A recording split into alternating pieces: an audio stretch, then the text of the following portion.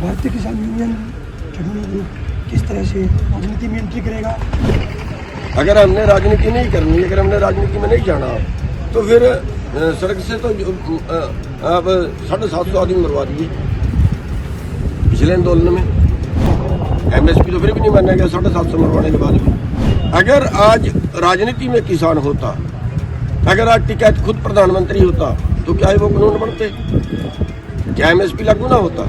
अरे भाई हमारा फोन हैंग हो सकता है, हमारा फोन पे वो बैठे कहीं हुआ कुछ कर सकते। ईवीएम क्या चीज़ है? आज सोनीपत पहुंचे हैं किसान नेता गुरुनाम सिंह जरूरी जी। आज सोनीपत क्या कार्यक्रम था?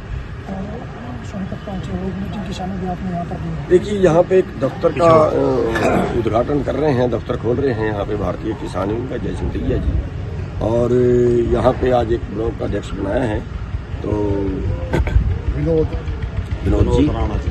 राणा जी बनाए हैं। तो ये प्रोग्राम था और उसके बाद अभी कटौदा में प्रोग्राम था। 2024 में चुनाव है, विधानसभा भी और लोकसभा भी। भारतीय किसान यूनियन ट्रिब्यूनल ग्रुप किस तरह से राजनीति में एंट्री करेगा? देखिए किसी पार्टी को सपोर्ट करेगा? देखिए ये तो हालात बताएंगे, अभी हालात क्लियर नहीं है तो हालात बताएंगे, लेकिन बीजेपी का विरोध जरूर करेगा। जनसभा करके गाँव पहुँच के विरोध किया जाएगा या किस तरह से विरोध? किसी तरह भी, जिस तरह से हमारी पूरी मीटिंग करके जिस तरह से टीम की राय बनेगी उस तरह से करेंगे, लेकिन बीजेपी का विरोध तो कन्फर्म करेंगे। राकेश टिकैत कह रहे हैं कि किसान नेताओं ने राजनीति में एंट्री नहीं करनी चाहिए, उसको किस तरह देखा? देखिए मैं ये मानता हूँ कि आज जो किसान की दुर्दशा है वो इसलिए ज्यादा है कि आज किसान राजनीति में नहीं है। अगर किसान राजनीति में चला जाए, देखिए जहाँ पे हमारा वकील ही नहीं होगा वहाँ पे हम केस कैसे जीतेंगे? जहाँ पे कानून बनते हैं वहाँ पे तो हम होंगे नहीं, और सड़क पे कानून बनते नहीं, सड़क पे बैठ के लोगों को दुखी फिर हम क्यों करते हैं?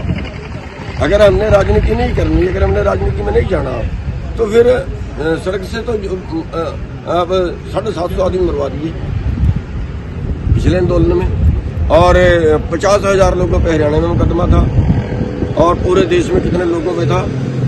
तो कईयों ने जेलें काटी और कईयों ने अभी तक जो है वो कईयों के ट्रैक्टर दिल्ली में खड़े हुए। तो ये सारी इससे क्या क्या हासिल होगी? एमएसपी तो फिर भी नहीं माना गया 750 मरवाने के बाद भी। अगर आज राजनीति में किसान होता, अगर आज टिकैत खुद प्रधानमंत्री होता तो क्या वो कानून बनते? क्या एमएसपी लागू ना होता? तो ये कहना जो है ये कहीं ना कहीं ये है कि किसानों से धोखा है, और जो लीडर ये कह रहे हैं कि किसानों को राजनीति नहीं करनी चाहिए, वो मैं तो ये कहूँगा कि किसानों के सबसे बड़ा नुकसान वो कर रहे हैं। जब एक किसान आंदोलन सिंह बॉर्डर पर दिल्ली की सीमाओं पर चला था, एक बड़ा संयुक्त किसान मोर्चा निकल कर सामने। अब जो किसान नेता आपस में बिखर गए, देखिए एक दूसरे पर सवालिया निशान खड़े कर। देखिए सवालिया निशान तो कोई ज्यादा लंबी चौड़ी बात नहीं होती, तब भी करते थे, अभी नहीं करते तब भी करते थे, लेकिन वो जरूरत थी। अब एक जरूरत ऐसी थी कि इस किसान पे भी या उस किसान पे भी या अगले किसान पे भी, वो जरूरत थी वो सारे देश के किसानों पे थी। बहुत से मुद्दे होते हैं जो सारे देश के किसानों पे नहीं, एक स्टेट पे आ गए। बहुत से मुद्दे हैं कि एक जिले पे आ गए। वो 3 कानून ऐसे थे कि पूरे देश की जो खेती का कारोबार था वो कंपनियों को जा रहा था, इसलिए सारे इकट्ठे हो गए। जिसकी आपस में नहीं डरती थी वो भी हो गए। बस इतना हो गया, कोई इस बॉर्डर पे बैठ गया, कोई उस बॉर्डर पे बैठ गए, लेकिन मैदान में तो थे। अब भी अगर कोई ऐसी मुसीबत आएगी, कॉमन आएगी, तो फिर तो इकट्ठे हैं सारे, फिर कोई दिक्कत नहीं। जिस तरह से लखीमपुर की खेरी की घटना हुई, एमएसपी की गारंटी कानून की बात को लेकर अब आगे की क्या रणनीति आपने? देखिए अभी कोई बहुत लंबी चौड़ी हमने कोई रणनीति ऐसी नहीं बनाई है कि बहुत नजदीक भविष्य में कोई आंदोलन चलने वाला है, और क्योंकि अब तो इलेक्शन भी 4 महीने रह गए, इलेक्शन में कोई लगता नहीं कि बहुत बड़ा आंदोलन चलेगा, लेकिन फिर भी उन चीजों के ऊपर जितना हमारे से बन पड़ता उतनी हम जितनी लोकतंत्रिक तरीके से उठानी चाहिए उठाते हैं। जैसे 3 प्रदेशों में बीजेपी ने बहुमत से सरकार बनाई, अभी तक मुख्यमंत्री का ऐलान नहीं कर पाई, उसको किस तरह?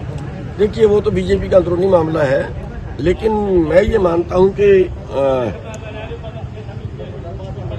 वैसे तो राजनीतिक पार्टियों का मैटर बनता है ये कि जिस तरीके से हालात थे उसमें अकेले राजस्थान में मुकाबला नजर आ रहा था, जो रिपोर्टिंग आ रही है।